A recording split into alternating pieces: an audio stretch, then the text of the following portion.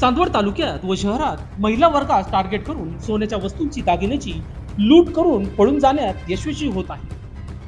तोतिया तहसीलदार म्हणून दुकानांमधून भांडे व कपडे घेऊन जाण्यात यशस्वी झाल्याचे व त्याचप्रमाणे शहरातील वरच्या गावातील एका महिलेचे साधूच्या वेशात आलेल्या व्यक्तीने एकटीच महिला असल्याचे पाहून तिला सर्व दागिने पूजेसाठी ठेवण्याचे सांगून त्या ठिकाणून पोबारा केल्याची घटना, त्याचप्रमाणे वृद्धाचे 3 लाख रुपये हिसकावणे असे प्रकार काही दिवसांपूर्वी घडले आहे. हे प्रकरण ताजे असतानाच आता नवीनच 65 वर्षीय महिलेच्या हातातील सोन्याच्या बांगड्या चोरून नेण्यात चोर